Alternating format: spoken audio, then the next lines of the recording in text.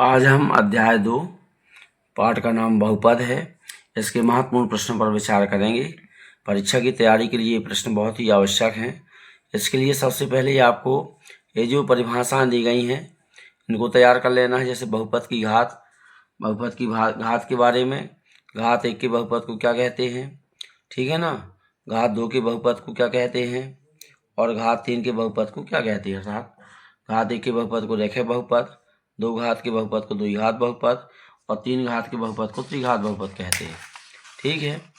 इसके बाद में आपको ये देखें, आप पृष्ठ क्रमांक 25 में ये दिया गया रैखिक बहुपद ax धन b का जो ग्राफ होता है एक सरल रेखा होता है, इसे भी आपको तैयार कर लेना है।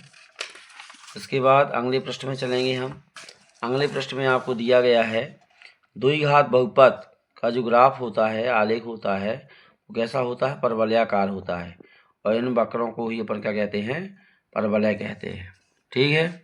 इसके बाद अब चलेंगे अगले पृष्ठ में। तो अगले पृष्ठ में विशेष कुछ नहीं है और अगले पृष्ठ में चलेंगे हम। तो यहाँ पर प्रश्नावली 2.1 आती है। तो यहाँ पर आपको px के शून्यकों की संख्या बतानी है। तो ये आपको 6 प्रश्न दिए गए हैं। ये आपको 6 के 6 देख लेना है, क्योंकि इसमें बताना कुछ नहीं है, बस सिर्फ ये बताना कि शून्यकों की संख्या कितनी है, तो आपको बता देना है इसमें। इसके बाद आपको नीचे देखिए, इसी ग्राफ के नीचे दिया गया है रैखिक बहुपद ax धन b का शून्यक माइनस b बटे a होता है। परीक्षा में इस प्रश्न को कई बार पूछा गया है, तैयार कर लेंगे हम। इसके बाद आप देखेंगे पेज नंबर 33 में पुरानी किताब के आधार पर उदाहरण नंबर 2 जो दिया गया है अति महत्वपूर्ण प्रश्न है, परीक्षा में आ चुका है।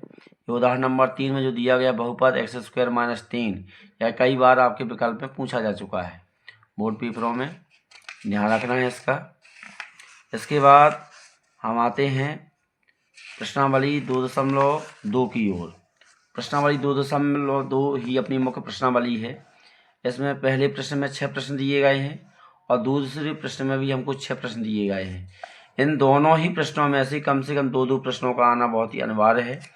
तो देखें आप, इसके लिए पहले का पहला प्रश्न, पहले का तीसरा प्रश्न और चौथा प्रश्न, ये 3 प्रश्नों को आप ध्यान से देख लेंगे। इससे बाहर परीक्षा में आपका प्रश्न नहीं जाएगा। इसके बाद आपका जो दूसरा सवाल है, तो दूसरा सवाल में आप पहला देख लेंगे, दूसरा देख लेंगे और आपका जो तीसरा प्रश्न है, इन 3 में से एक प्रश्न आपको परीक्षा में आवश्यक रूप से मिलेगा, इन्हें तैयार कर लेना है। इसके बाद फिर आपको अगले प्रश्न में जाना है। यहाँ पर सारांश दिया गया है। तो सारांश में आप देखें, आप जो सारांश का चौथा पॉइंट है, इसमें एक द्विघात बहुपद के अधिक से अधिक 2 शून्यक हो सकते हैं और एक त्रिघात बहुपद के अधिक से अधिक 3 शून्यक हो सकते हैं। अर्थात बहुपद की जितनी घात होती है उतने ही उसके क्या होते हैं, शून्यक होते हैं। ध्यान से देख लेना है। इसके बाद ये 5वां जो प्रश्न दिया गया है, तो इसमें सूत्र दिए गए हैं, शून्यकों का योगफल और शून्यकों का गुणनफल। इन 2 में से एक आपको एकदम बिल्कुल परीक्षा में रखा हुआ मिलेगा, अच्छे ध्यान से तैयार करके जाना है। ठीक है। इसके बाद आपका जो ये तीसरा दिया गया है कि एक बहुपद px के शून्यक उन बिंदुओं के x निर्देशांक होते हैं जहां y बराबर px का ग्राफ x अक्ष को प्रतिच्छेद करता है, ये भी आप देख करके जाएंगे। इसके बाद सारांश का ये जो आपको पहला दिया गया है, पहला पॉइंट, इसमें घातों 1, 2 और 3 के बहुपद क्रमशः रैखिक बहुपद, द्विघात बहुपद और त्रिघात बहुपद कहलाते हैं।